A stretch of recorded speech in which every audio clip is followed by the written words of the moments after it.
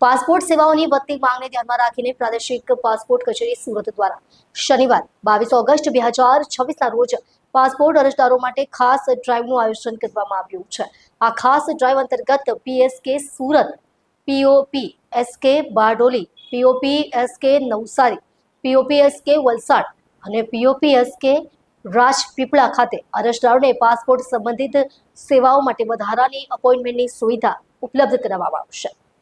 સામાન્ય પાસપોર્ટ માટે 22 ઓગસ્ટ શનિવારના એપોઇન્ટમેન્ટ સ્લોટ પાસપોર્ટ સેવા વેબ પોર્ટલ પર ટૂંક સમયમાં ઉપલબ્ધ કરવામાં આવશે। હાલની એપોઇન્ટમેન્ટ આગામી તારીખે ધરાવતા અરજદારો તેમજ અગાઉની એપોઇન્ટમેન્ટ ચૂકી ગયેલા અરજદારો પણ ઉપલબ્ધતા મુજબ પોતાની એપોઇન્ટમેન્ટ 22 ઓગસ્ટ માટે રીશિડ્યુલ કરી શકશે। અરજદારોને એપોઇન્ટમેન્ટ બુકિંગ માટે સમયાંતરે પાસપોર્ટ સેવા પોર્ટલ તપાસતા રહેવાની સલાહ આપવામાં આવી છે। પાસપોર્ટ સેવા કેન્દ્રની મુલાકાત દરમિયાન પ્રક્રિયા સરળ અને મુશ્કેલી મુક્ત રહે તે માટે અરજદારોએ જરૂરી દસ્તાવેજો અંગેની સંપૂર્ણ માહિતી અગાઉથી મેળવી લેવી જોઈએ। જરૂરી દસ્તાવેજો અને અન્ય માર્ગદર્શિકા માટે માહિતી મેળવવા અપીલ કરવામાં આવી છે।